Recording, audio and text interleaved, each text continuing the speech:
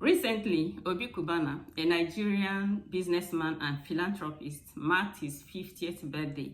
And while I watched the glitz and glamour that accompanied that birthday celebration, I saw a Facebook post where he said that growing up, that he read a lot of books. In fact, he said that they used to flex over who read more novels or who read more books. And then he posed a question and asked, do people still read books? I have a response for Obi Cubana in this video. Hi, I'm Ngozi Okure. Welcome to my YouTube channel. In this channel, we discuss books and how to leverage reading for success in life. Please subscribe to my channel, and if you can give me a comment or give me a thumbs up, that would be amazing. In today's video, I want to respond to Obi Cubana in his question about whether people still read books. And I'm going into it right away. I have 3 things I want to tell Obi Cubana. The very first thing is that really, Obi, many people are no longer reading. Children are no longer reading books as much as you read when you were growing up. And I can't deny, and nobody can deny, that you have a lot of influence over young people in this nation. So there are 3 things I believe you can do to stir young people up to begin to read again. Yes, I mean it, you. There are things I believe you can do with your influence over young people that can help them to begin to read once again. Now, the very first thing I want you to do, Obi Cubana, is to own that story. Instead of talking that story away in your Facebook page about the fact that you are a lover of books, about the fact that you grew up reading a lot of books, about the fact that you are an avid reader, instead of leaving that story on one side of your Facebook page where a lot of people might not access it, I want to encourage you to own up that story.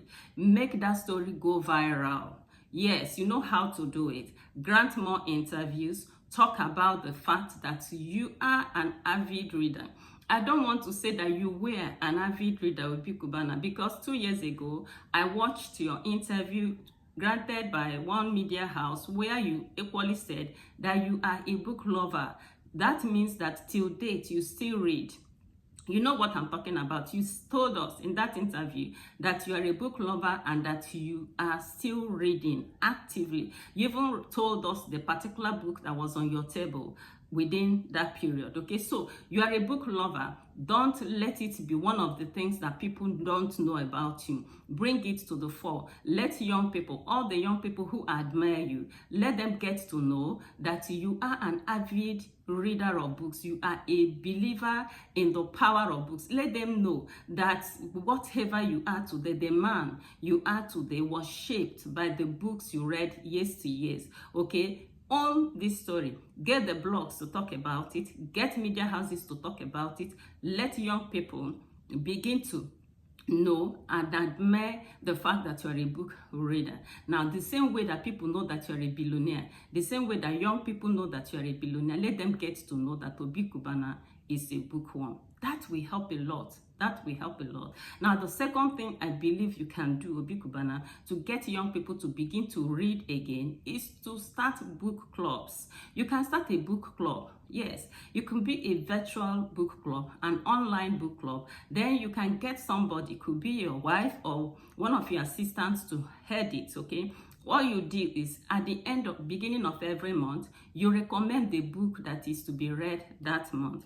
We are in the digital age. There are so many books that are written by highly successful people, which they have made free online. So you can look out for apps, okay? Whoever you're going to put in charge can look out for the apps where such impactful, the free books are. And especially if they are financial books, okay, every month you can recommend, say this month we are reading this book, and then you can tell the young people that whoever that reads and sends the most powerful reviews, maybe the first 20 people or 20 people with the best reviews of the book read, will receive a reward. Now, this will make a lot of young people to go and download such books and read. There are young people who have not read any book for the past 5 years, but if you attach a reward to their reading the book, You maybe you say 100,000, 250,000 or thereabout, you're going to give whoever that reads it and sends the best reviews.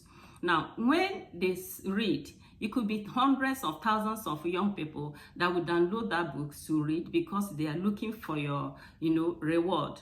Now, assuming at the end of the day, the ones that get the reward, you reward them, or the ones that send the good reviews, you reward them. The hundreds of people who didn't get your reward, but who read that book, wouldn't have lost anything.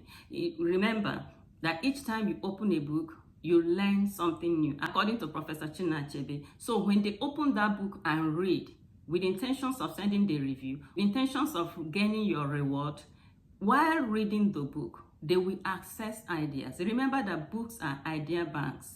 Now, one idea that a young person gains from a book can change his life. It can turn his life around. In some of my recent videos, I've talked about T. Harv Eker, the author of Secrets of the Millionaire Mind, how he was failing in business until his father's wealthy friend came and asked him a question. The man asked him, have you noticed that rich people think differently from poor people? He said he had never noticed that. Okay, so the man pointed him to books and he began to read. And in reading books, reading financial books, reading biographies of successful men, he came across a lot of beautiful ideas. And the next time he started the business, he succeeded, and today he's a millionaire, okay? And he's blessing lives with his books and his businesses and his seminars, okay? So, Obi, you can encourage young people to read, promise to give them reward for best reviews, and in reading those books, they will come in touch with ideas that will make them successful. The most important thing is that they are reading books, okay? So that is one thing you can do through your book clubs. Another thing your book club can do that can help the nation, that can help to put books in the hands of children, is to organize webinars or seminars. It could be monthly, or it could be quarterly, or it could be annual, right? You can organize seminars for mothers. It was Dr. Mike Murdoch that said that the quality of a generation is determined by the quality of the mothers in it. I want to believe that a lot of mothers in our own generation have drifted into entertainment. You have a situation where mothers are paying more attention to watching home videos than putting books into the hands of their children. Now, a lot of these mothers ignorantly watch home videos meant for adults in the presence of young children. Now, what they don't understand is that the people who record these videos are business people, and negative news sells. So when they are, doing these videos, when they are recording these videos, they mirror the ills that are taking place in the society. That's why when you watch a lot of those home videos, you see immorality on rampage, you see idolatry everywhere, you see, vindictive acts, you see consultation of mediums, and you see people doing one vengeful thing or the other, right? So children are watching.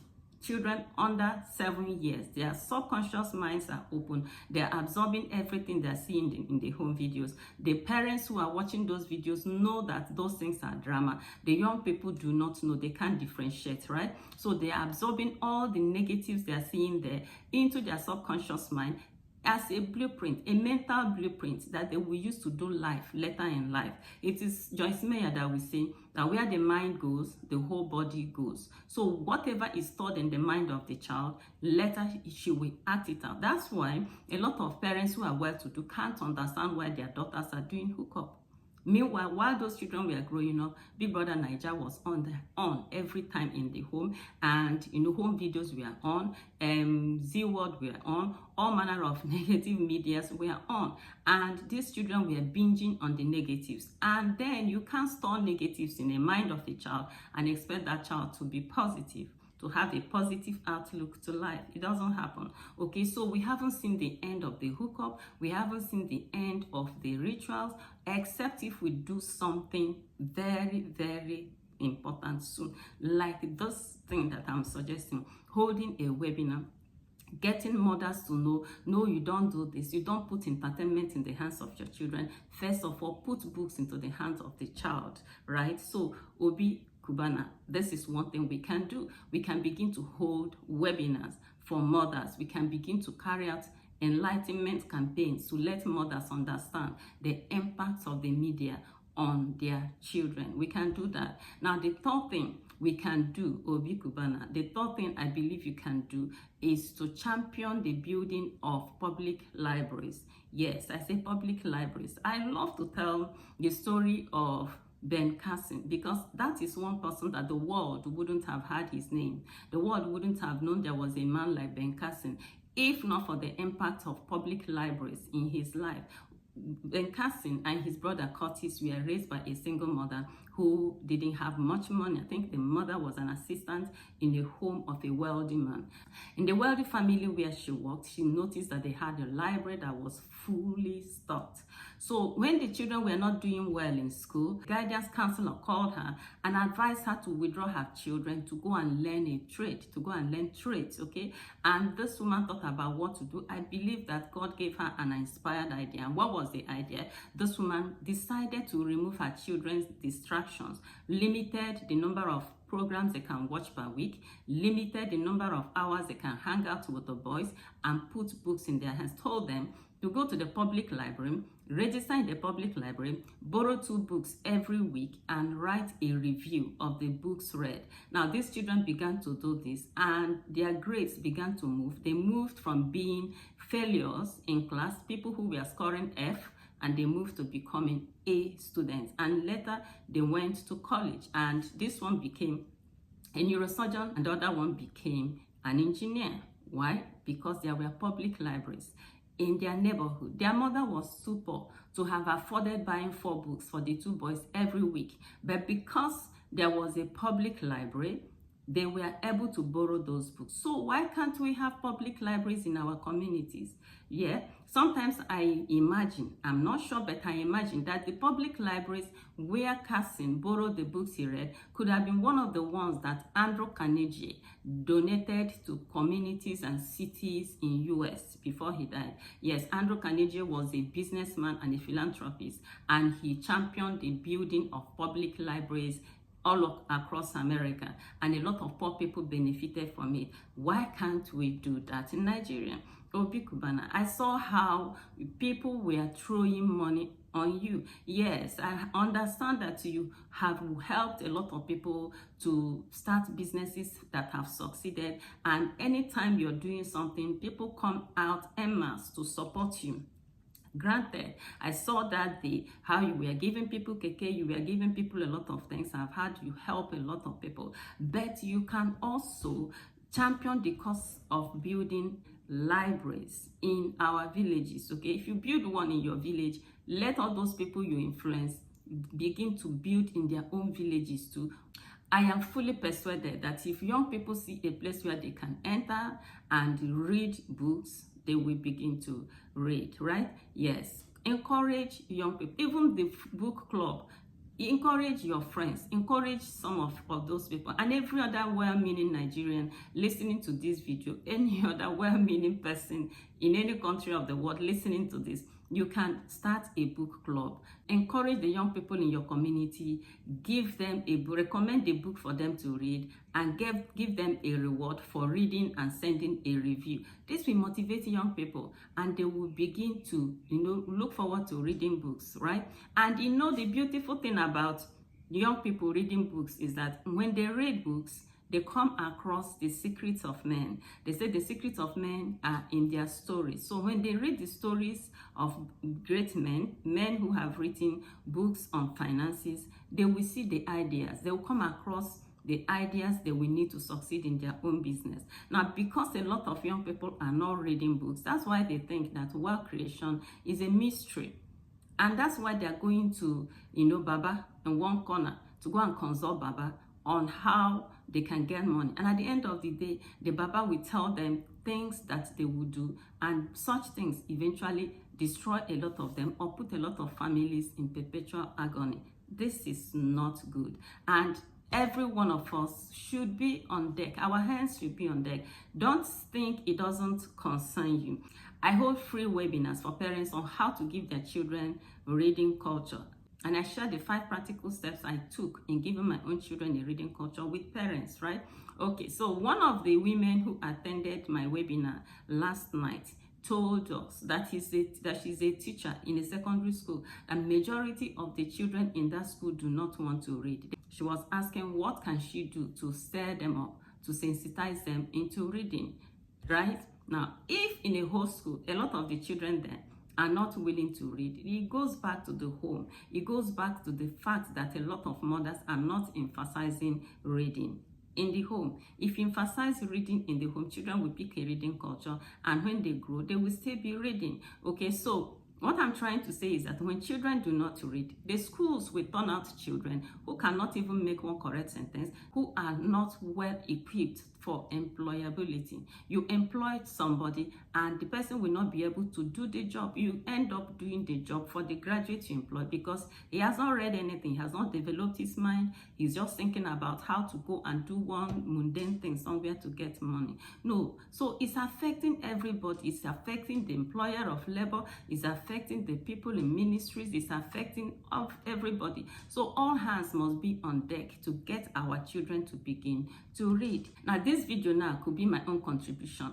Making this video is a little contribution towards sensitizing parents or people who will hear this video into reading. Now, you that is listening to me, your own contribution could be to send the link of this video to Obi Cubana or his wife so that they can begin to think about these suggestions I am giving here.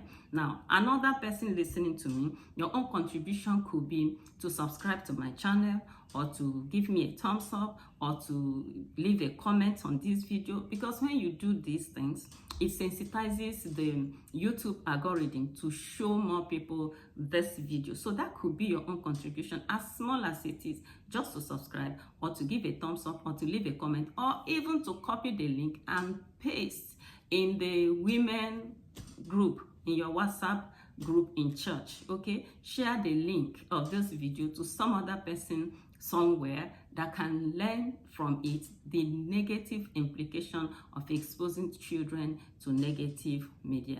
Thank you so much for being a part of this beautiful video. I encourage you to keep reading and to keep championing the message of a reading culture. God bless you.